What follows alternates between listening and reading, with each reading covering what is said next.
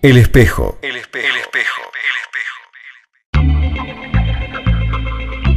Si no te gusta lo que ves, está en vos cambiarlo. El espejo. Para vernos un poco más. El espejo. ¿Qué tal? ¿Cómo están? Muy buenas noches. Nuevamente compartiendo este espacio del espejo luego de las elecciones del 25 de octubre, del pasado domingo. Usted sabe, el 22 de noviembre nuevamente deberá ir a las urnas. Habrá que elegir entre dos fórmulas de gobierno nacional, entre Scioli y Macri. Ese fue el resultado del pasado domingo, el balotaje. Vamos a analizar en el programa del día de hoy con gente de Cambiemos, concretamente con el PRO. Va a estar aquí con nosotros Héctor Tito Stefani, un referente de este espacio político en Tierra del Fuego. También estaremos con quien resultó electo como diputado nacional, una de las dos bancas del Frente para la Victoria, Matías Rodríguez. Y vamos a analizar también qué fue lo que pasó a nivel nacional, a nivel provincial, qué pasó el domingo y cómo vamos a transitar de aquí al 22 de noviembre. La verdad que largo periodo, son muchos días para lograr una definición de quiénes gobernarán los destinos de la Argentina, ¿no?, en los próximos 4 años.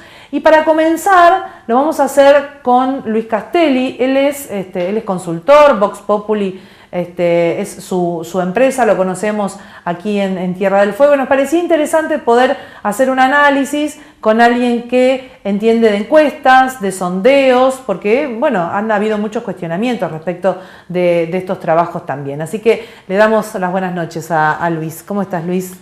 Muy bien, Edith, gracias por la invitación y bueno, un gusto estar de nuevo en tu programa. Ya no como consultor. Claro, como consultor, no como candidato. Exactamente. Vamos a hablar de política, pero desde el rol de tu profesión. Vos sos licenciado en Ciencias Políticas, además has hecho trabajos, ¿no?, que tienen que ver con candidatos, con perfiles, sondeos, encuestas.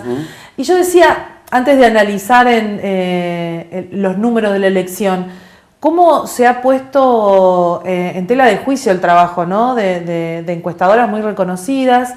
A punto tal de decir que, bueno, parecieran ser empresas pagas para que quienes las contraten terminen obteniendo el resultado que desean solamente en el papel, ¿no? Porque después las urnas hablan de otro resultado. ¿Qué le pasa a las encuestadoras? ¿Qué pasa con los sondeos en la Argentina?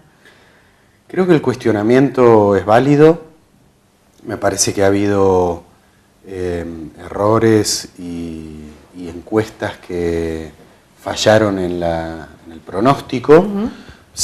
En lo profesional, a mí me gusta decir que a mí me gustan más las encuestas como herramientas de trabajo, de toma de decisiones, sea en una campaña o sea en una gestión, que para pronosticar un resultado concreto, porque estamos hablando de ciencias sociales y en ese sentido las ciencias sociales no son ciencias exactas.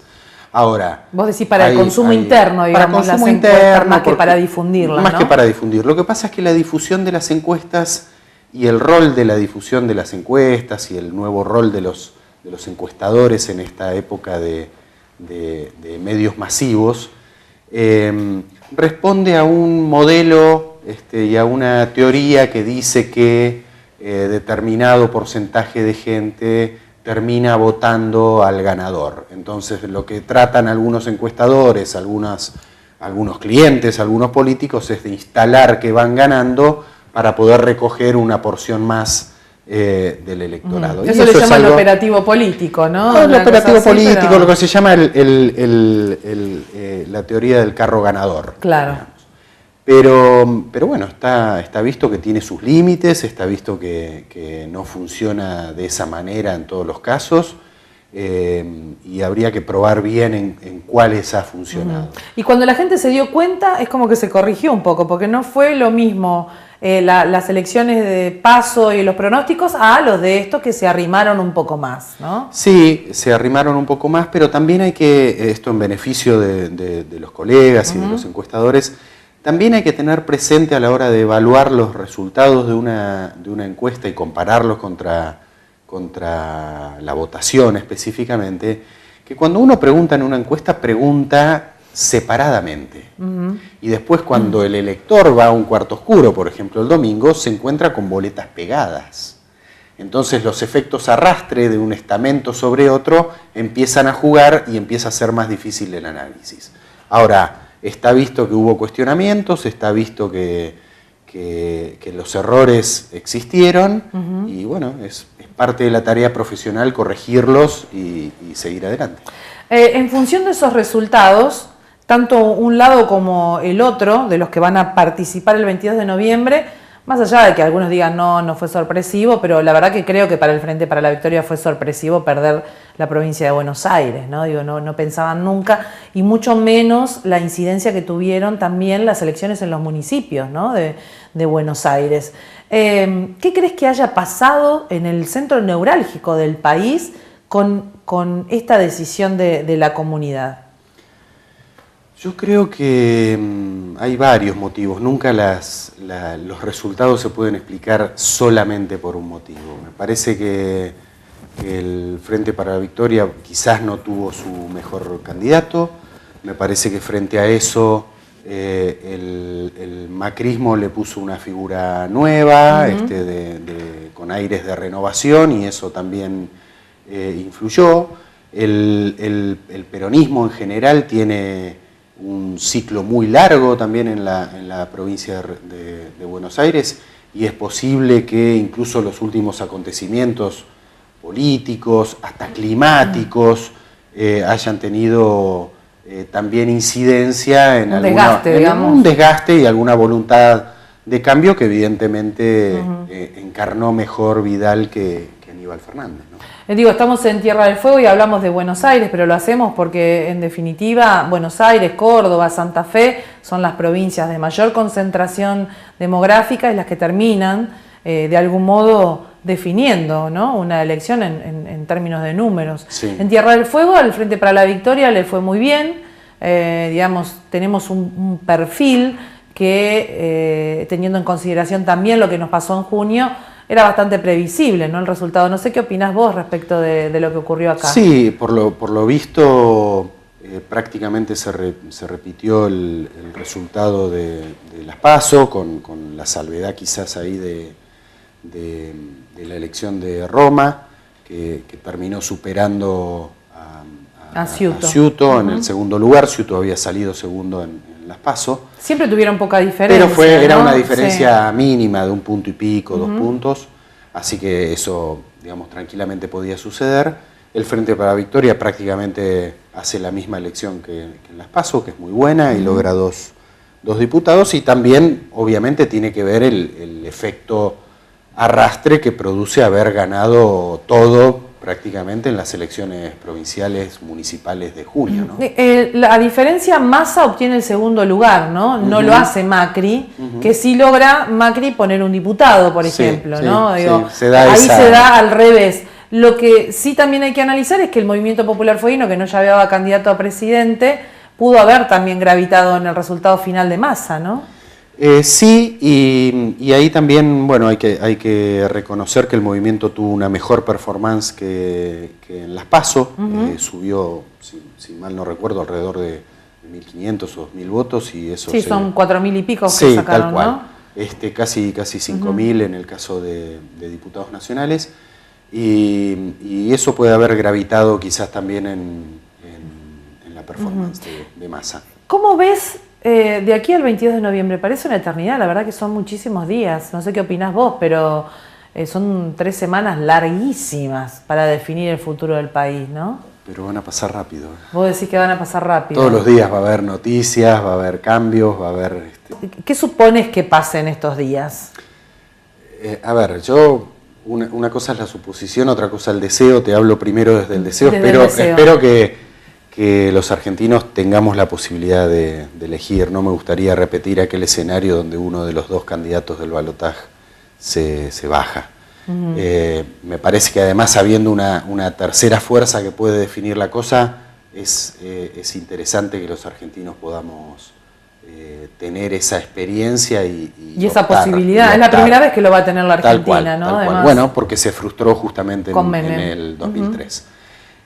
Por otro lado, me parece que la diferencia es corta y la elección, más allá de la tendencia, quizás de la sorpresa que puede haber provocado el margen chico entre los dos candidatos, si uno mira solamente los números, la verdad es que está para cualquiera. Y no hay que olvidarse que en este caso la elección se desprende de todas las otras personas que no sean, en este caso, Scioli y Macri. Es decir, Scioli se desprende de Aníbal Fernández y Macri se desprende de Vidal, por ejemplo. Exactamente. O sea, acá van a estar solamente las dos boletas, y me parece que eso también va a jugar y va a tener un proceso de reflexión previa o en el momento por parte de los electores, ¿no? Se habla del cambio. ¿Vos por qué creés que Macri haya, dentro del discurso del cambio, obtenido mayores votos que Massa, que también hablaba del cambio y no de la continuidad? Ahí me parece que hay dos o tres factores importantes. Uno es que la importancia en el escenario político de la capital federal, que venía, yo sigo hablando de Capital Federal, de la Ciudad Autónoma de Buenos Aires, sí. Que venía además de un triunfo contundente de su sucesor, es decir, hay una continuidad en el caso de Larreta, contra un candidato que se había posicionado muy bien en el año 2013, pero que después había tenido algunos vaivenes y algunos bajones, como en el caso de Massa, que además tiene para mostrar un municipio del que fue intendente, ahora es un diputado nacional. Me parece que había una cuestión ahí de estructura también bastante importante. Y por otro lado, creo que en el caso de Macri es una persona que se viene preparando ya hace un tiempo más largo, que en el caso de Massa, que es una figura nueva, joven, a quien quizás también le faltó un poco más de tiempo de instalación, de recorrida por el país. Y un segundo factor es evidentemente la alianza de Macri con la estructura del radicalismo, que le aporta territorialidad. Va a ser fundamental el rol del radicalismo, ¿no? Por lo menos en cuanto a las dos estructuras, digamos, tanto a la Ciudad Autónoma de Buenos Aires como a la propia provincia de Buenos Aires, ¿no? En cuanto a la conformación. No olvidemos que después del peronismo, el radicalismo es el otro partido nacional que tiene una estructura territorial de cobertura geográfica, por decirlo de alguna manera, más grande. Claro. Entonces, sin duda que eso le aporta a Macri algo que el PRO no tiene per se. Digo, ahí fueron complementarios, ¿no? Porque como el radicalismo, que no tenía una figura que le permitiera ser una figura presidenciable, ponerse a un nivel de competitividad, digamos, con el resto, logra en este frente esta posibilidad de permanecer, ¿no? Y de tener hoy un rol importante ya con lo obtenido, ¿no? En materia de estructura y de decisión de poder. Fue como una estrategia importante para el radicalismo y esencial para el PRO. Sí, digámoslo que esto se evalúa después de un resultado positivo. Previamente creo que en el radicalismo fue bastante discutido. Sí, fue duro, o sea, y fue discutido. No dejemos de tener en cuenta que el 25 de octubre es la primera vez en 100 años de historia del radicalismo que el radicalismo no presenta un candidato presidente. Claro. Y eso fue muy duro para el radicalismo. Me parece que en muchos sectores del radicalismo y las decisiones tomadas en Gualeguaychú, hay algunos que, más allá de que dijeron que sí, no las compartían, ¿no? O sea, salió bien a Sanz y hoy por hoy, si se quiere, con ese resultado, con el resultado puesto, se hace esta evaluación. Sí, es cierto, porque hay que ver el proceso previo. Claro. En el caso del Frente para la Victoria, ¿no? Decíamos, un Aníbal Fernández que era una figura bastante controvertida y que algunos analistas dicen, bueno, no fue la mejor figura para ayudar o traccionar votos para Scioli.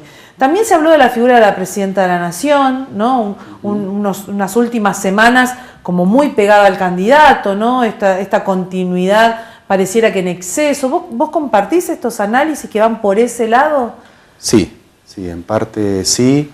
Creo que además la Presidenta, por su propia personalidad, le robó el protagonismo al candidato, que si se quiere en esta fase preelectoral debiera ser quien ocupa el centro de la escena, y sin embargo fue muy evidente que el centro de la escena lo siguió ocupando hasta el día 22, 23 la Presidenta de la Nación, y eso seguramente en algunos sectores le restó peso específico al mismo candidato. Me parece que en esta nueva campaña que se inició ayer mismo o antes de ayer, Scioli va a tener un protagonismo y un peso específico en toda la campaña distinto a lo que fue la campaña para la primera vuelta. ¿Vos crees que han entendido esto como un mensaje que pueden llegar a rever esta situación, digamos? Da la sensación por las primeras reacciones post 25 que sí. Gracias, Luis, por haber venido. No, al contrario, gracias a ustedes. Vamos a la pausa. El espejo. El espejo.